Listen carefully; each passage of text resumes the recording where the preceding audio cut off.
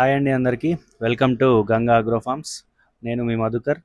So ఈరోజు మనం urea booking app గురించి తెలుసుకుందాం.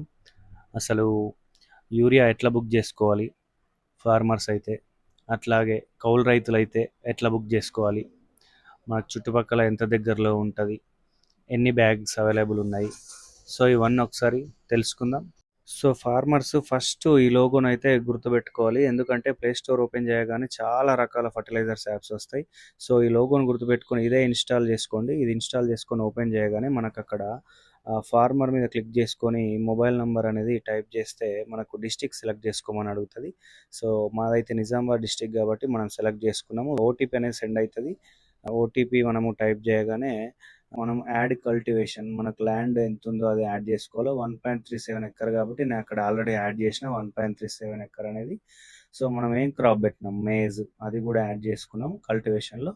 సో ఇప్పుడు మనకు బుకింగ్కి అర్హులమైన అన్నట్టు. సో మాకైతే ఎలిజిబుల్ బ్యాగ్స్ 4 వచ్చినాయి. 2 ఫేసెస్, అంటే ఇప్పుడు 2 తర్వాత 2 తీసుకోవచ్చు. సో మనం మండల్ సెలెక్ట్ చేసుకుంటే అక్కడ చుట్టుపక్కల ఎక్కడెక్కడ స్టాక్ ఉందో అవన్నీ చూపిస్తుంది. అవైలబుల్ స్టాక్ 000 ఉంది ప్రజెంట్ అయితే మా దగ్గర. సో ఒకవేళ స్టాక్ ఉంటే మాత్రం అది మీకు దగ్గరలో ఏది ఉందో అది సెలెక్ట్ చేసుకోండి. సెలెక్ట్ చేసుకొని బుక్ చేసుకోండి. బుక్ చేసుకున్న తర్వాత ఎట్లా వస్తుందో నేను చెప్తాను.